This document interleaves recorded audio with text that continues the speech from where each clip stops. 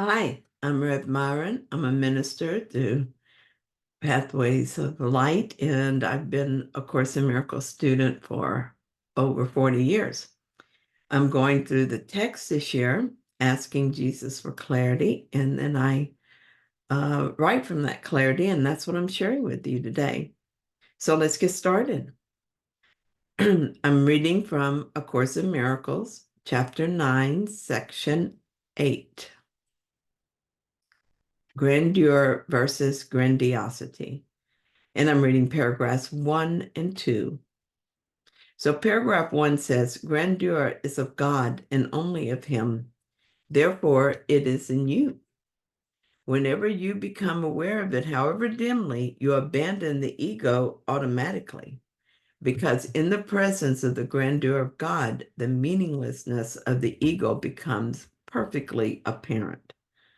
When this occurs, even though it does not understand it, the ego believes that its enemy has struck and attempts to offer gifts to induce you to return to its protection.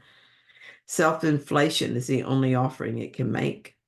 Then the grandiosity of the ego is its alternative to the grandeur of God. Which will you choose? Well, I've slipped in and out of grandeur, sometimes the however dimly type, and occasionally something closer to reality. I notice each time that it is the ego mind offering me its dubious gifts that draws my attention back to the illusion. I've gotten pretty good at spotting this, even the subtle call of the dream. I often remind myself of what's happening, even as it's happening. I say to myself, this is ego trying to entice me back into the dream. Sometimes that snaps me out of it, and sometimes it's an opportunity to ask for help with it. I have a card that I'm carrying with me now. It has 3 statements of truth on it.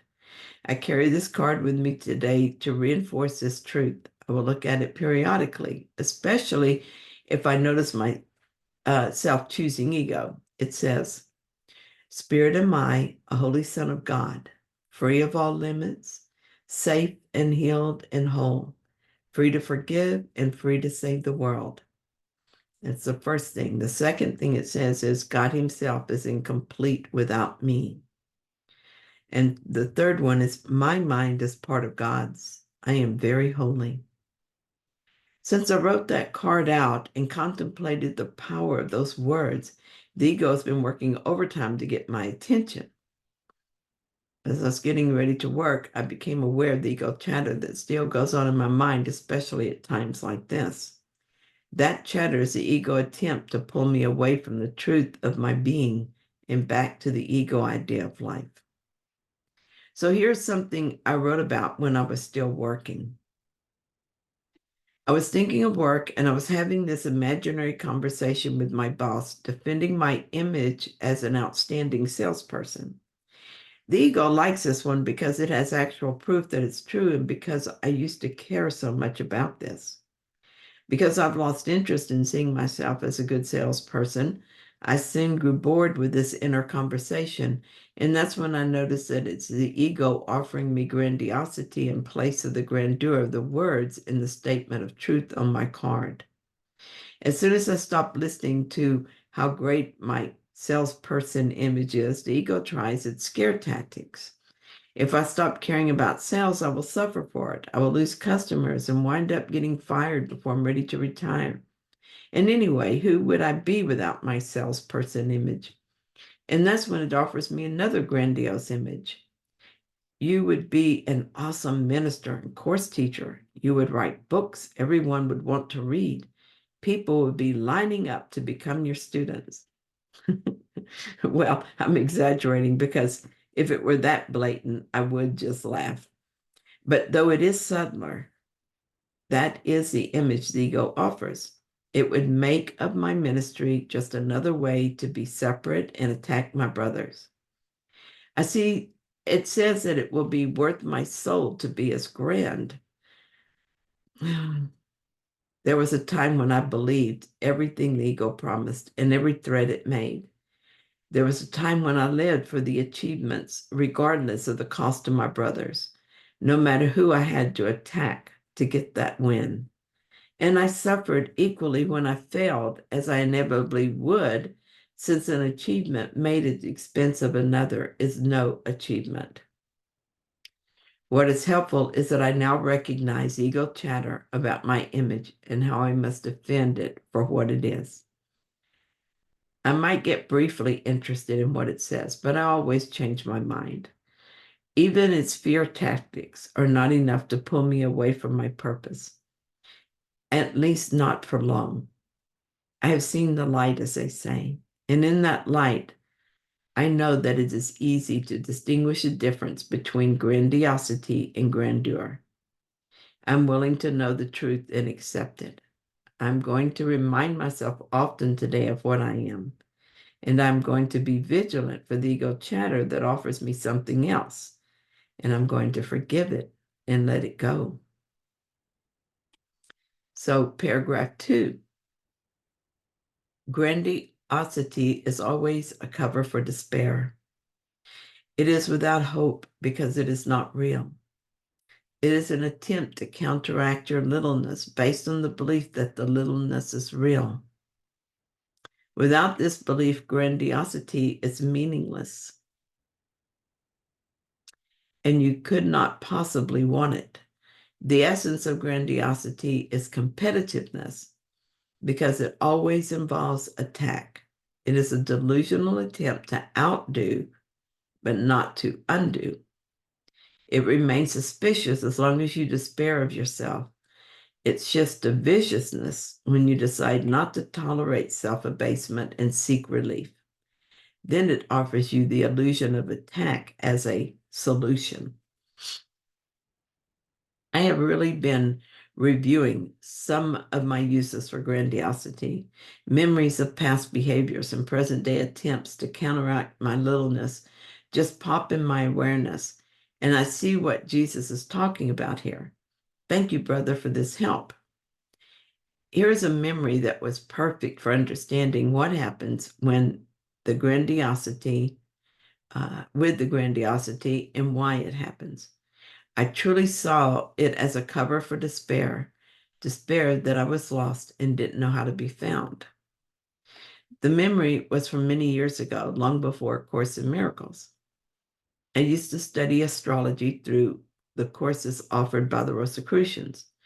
I was good at the study part, but only so-so at discerning the deeper meanings. But it kept me busy, and I enjoyed it.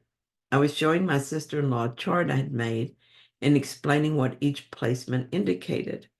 There was something in the chart I was having trouble interpreting, and she said something very perceptive. I distinctly remember feeling attacked. How could she know more than me when she had never studied and when this was her first look at astrology? I brushed her off and closed the book. The image that I had made of myself as the one who knows was threatened by her desire to join with me in this pursuit. Immediately, I felt ashamed, and for a long time after, I felt that shame acutely whenever I thought about it. I also came to regret the opportunity lost to share this study with her.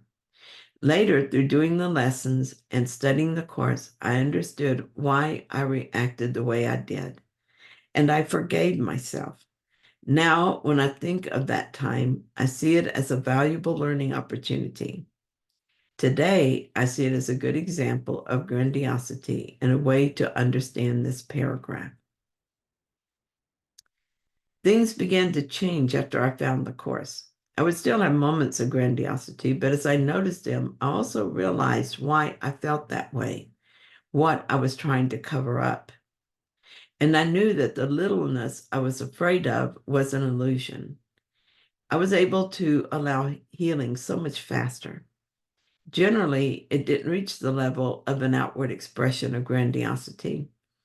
For instance, in that incident with my sister-in-law, if that had happened now, I would have very quickly turned it around and asked her to help me, tell me more. And I would probably even tell her how impressed I was with her. Another time I saw grandiosity in myself was after giving a really good talk. My adrenaline would be going, and I would feel so successful that I had done a good job and people liked what I said. Often afterward, I would say something that I would later regret because it came from the excited ego. This doesn't happen anymore because I've become clear that the only thing I can say that matters comes not from me, but through me. I ask what I am to say. Frequently, I remember to check in to be sure I'm being an open channel and not adding from my ego. I might still feel the physical effect of adrenaline in my body, and I often feel joy that occurs from the close connection with spirit, but the ego part is not there, and that is such a relief. When the ego is running the show, I'm in grandiosity rather than grandeur. I might do just fine during the talk because I always put spirit in charge of that, but it is afterward, when someone says how much they enjoyed it and how much it helped them, that the ego tries to slip in and take credit for it.